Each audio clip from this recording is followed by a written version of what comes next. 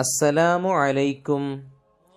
ಪ್ರೀತಿಯ ಗೆಳೆಯರೇ, ಇಂದು ನಾನು ಅಂತ್ಯದೂತ ಕಾರುಣ್ಯದ ಪ್ರತೀಕ ಪ್ರವಾದಿ ಸಲ್ಲಲ್ಲಾಹು ಅಲೈಹಿ ವಸಲ್ಲಮರ ಬಗ್ಗೆ ಆಕರ್ಷಣೀಯವಾದ ಒಂದು ಕಥೆಯನ್ನು ಹೇಳುತ್ತೇನೆ. ಆತ್ಮೀಯರೇ, ಒಂದು ದಿನ ಪ್ರವಾದಿ ಸಲ್ಲಲ್ಲಾಹು ಅಲೈಹಿ ವಸಲ್ಲಮರು ತಮ್ಮ ಪ್ರೀತಿಯ ಅನುಚರರೊಂದಿಗೆ ಕುಳಿತು ಮಾತನಾಡುತ್ತಿದ್ದರು. ಈ ಸಮಯದಲ್ಲಿ ಒಬ್ಬ ವ್ಯಕ್ತಿಯು ಒಂದು ಚೀಲವನ್ನು ಹಿಡಿದುಕೊಂಡು ಪ್ರವಾದಿ ಸಲ್ಲಲ್ಲಾಹು ಅಲೈಹಿ ವಸಲ್ಲಮರ ಬಳಿಗೆ ಬರುತ್ತಾರೆ. ತನ್ನ ಕೈಯಲ್ಲಿದ್ದ ಚೀಲವನ್ನು ಪ್ರವಾದಿ ಸಲ್ಲಲ್ಲಾಹು ಅಲೈಹಿ ವಸಲ್ಲಮರಿಗೆ ಹದಿಯದ ರೂಪದಲ್ಲಿ ನೀಡುತ್ತಾರೆ.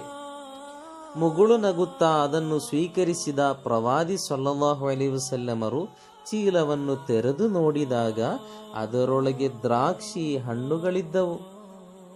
ಒಂದು ಹಣ್ಣನ್ನು ತೆಗೆದು ಬಾಯಲ್ಲಿರಿಸಿ ಪ್ರವಾದಿ ಸಲ್ಲಲ್ಲಾಹು ಅಲೈಹಿ ವಸಲ್ಲಮರು ಅದನ್ನು ತಿನ್ನತೊಡಗಿದರು.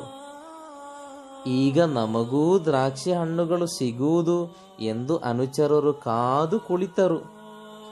ಆದರೆ ಪ್ರವಾದಿ ಸಲ್ಲಲ್ಲಾಹು ಅಲೈಹಿ ವಸಲ್ಲಂ ಎಲ್ಲ ಹಣ್ಣುಗಳನ್ನು ತಾವು ಒಬ್ಬರೇ ತಿಂದು ಮುಗಿಸುತ್ತಾರೆ.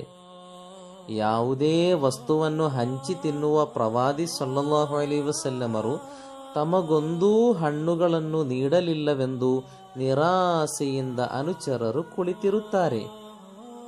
ಬಂದ ವ್ಯಕ್ತಿಯು ತಿರುಗಿ ಹೋದ ನಂತರ ಅನುಚರರು ಪ್ರವಾದಿ ಸಲ್ಲಲ್ಲಾಹು ಅಲೈಹಿ ವಸಲ್ಲಮರೊಂದಿಗೆ ಕೇಳುತ್ತಾರೆ, ನಮ್ಮ ಪ್ರೀತಿಯ ಪ್ರವಾದಿ ಸಲ್ಲಲ್ಲಾಹು ಅಲೈಹಿ ವಸಲ್ಲಮರೇ, ನಮಗೊಂದು ಹಣ್ಣುಗಳನ್ನು ನೀಡದೆ ಎಲ್ಲವನ್ನು ತಾವೇ ತಿಂದು ಮುಗಿಸಿರುವಿರಲ್ಲವೇ, ಇದೇಕೆ ಹೀಗೆ?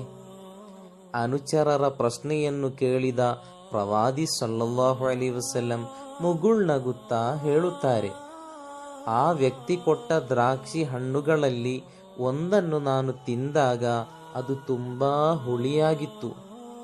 ನಿಮಗೂ ನಾನು ಆ ಹಣ್ಣನ್ನು ಕೊಟ್ಟು ನೀವು ಆ ವ್ಯಕ್ತಿಯ ಎದುರು ಈ ಹಣ್ಣೆಷ್ಟು ಹುಳಿಯಾಗಿದೆ ಎಂದು ಹೇಳಿದರೆ ಅವರ ಮನಸ್ಸಿಗೆ ನೋವಾಗುತ್ತಿತ್ತು. ಆದುದರಿಂದ ಹುಳಿಯಾದ ಎಲ್ಲ ಹಣ್ಣುಗಳನ್ನು ನಾನೇ ತಿಂದು ಮುಗಿಸಿರುವೆ. ಗೆಳೆಯರೇ, ಎಷ್ಟೊಂದು ಅದ್ಭುತವಲ್ಲವೇ ಆ ದೂತರ ಜೀವನ?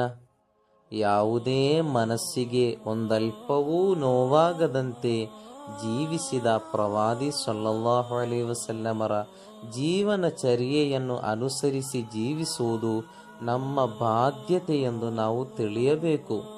ಇಷ್ಟು ಹೇಳಿ ನನ್ನ ಕಥೆಗೆ ಮುಕ್ತಾಯವಿಡುತ್ತೇನೆ. ಅಸ್ಸಲಾಮು ಅಲೈಕುಂ.